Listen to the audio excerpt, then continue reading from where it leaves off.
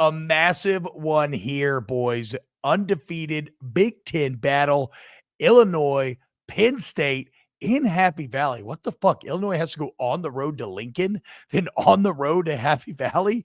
No rest for the weary. But shout out to Brett Bielema. I talked about it yesterday, Aaron. I am constantly guilty of disrespecting Bert. I just do it every fucking year. I even went back, Aaron, and we have our master document. I found my exact notes that I read off and talked about as my talking points for when we did our Big Ten preview. And I think I chose Illinois to finish like damn near last in the Big Ten. And here Bert is just slapped me in that face with that big old gut. Luke Altmaier's suddenly fucking awesome. Even though they lose a very good 1,000-yard rusher to the NFL last year, here they sit and they're running the ball well again. Their secondary is awesome. Xavier Scott leads the Big Ten with 3 picks in the year. He had an incredible pick against Raiola and my guy Isaiah Nair last week that stole a touchdown. Got Illinois the ball back. Like, Illinois is just so fucking solid, but they lost so much, and yet still with no start, they're just so solid. I think the biggest thing is Luke. Like, I wrote off Luke year after year. For go back to my time at Ole Miss, like, oh, he's not that good, doesn't have the arm strength. But you want to talk about a guy that looks so much more confident throwing the football. I love what they're doing with him. Like last week versus Nebraska, why did we feel like they were going to struggle? 1, we didn't believe in Luke. And 2, we thought Nebraska at home, the defensive line could cause a lot of issues. But that offensive line for Illinois was dominant. They moved the pocket. They got Luke Meyer outside the pocket. A lot of the RPOs. They didn't keep him stationary, and he was very accurate. He made some really nice ball, throws off balance.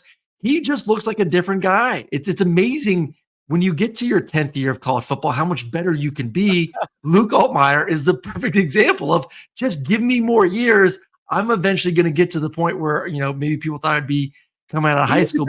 So he was a big-time recruit coming out of Starkville High, right? And then even though his father is an orthopedic surgeon for the Mississippi State team, this little hoe ran off to Ole Miss. Then he found his way to Illinois, and credit to him. Again, the transfer portal continues to save quarterback careers and make really good football teams across the country. They got a good team, man. I like both the receivers, Pat Bryant, Franklin. I mean, their defense last week literally played bear. So for people who don't know bear, it's a head up, 2-3 techniques, 2-5. You want to go against it because you want to get one-on-ones against the O-line. It's a really good way to get teams away from running the football. Nebraska couldn't run the football against them at all last week. And they ran it a bit better in the stats, looked like, because of sack yardage. But only about 100 yards running. Yeah, it was just about 100. Yeah, which true. I mean, for Nebraska, that's not a lot for what they want to do on that side of the football and how they built their identity. I mean, they made Raiola try to win the football game. Raiola played well, and he damn near did. He's going to be awesome. He is going to be damn awesome. I just think Penn State is just a little better than Nebraska. Like they're the next step up. The whole setup of this conversation was just to give Illinois their roses, but I do think, Penn State is Nebraska on steroids, right? Yes. Their 5-star quarterback's a year older and looks like he's taking a step. They're stronger in the they're just built like running backs are more explosive. And more talented in every single facet. 100%. Nebraska is like the freshman. Penn State's like the junior, senior. Just a little bit more developed, a little bit bigger, a little bit stronger, a little bit faster, all that. And like I said, I went back and watched the Bowling Green game this morning, Penn State Bowling Green, and just expecting Drew Allard to not be good because the game was so kooky. He's still making some pretty damn good throws. Really, really good throws down the field. He is definitely taking a massive stride from where he was a year ago. It's for Aaron to say that means a lot, guys, because I was Aaron a big doubter. Was a big Allard doubter. Yes, big Allard doubter. So I believe in him. I believe in the run game. I think the defense necessarily has not performed to maybe what we thought they would. So this is a good opportunity for them at home to kind of squash to me, for Penn State, the offense is better than I thought they would have. The offense, which is weird to say, the offense for Penn State has outperformed what the defenses look like this season, which is usually the inverse. The only thing about the offense, and I feel you that it does look more consistent and better this year, but I guess this is actually a conversation more down the road for Penn State, but the offense had the same sort of on paper exorbitant statistics last season. and it didn't show up in the biggest games.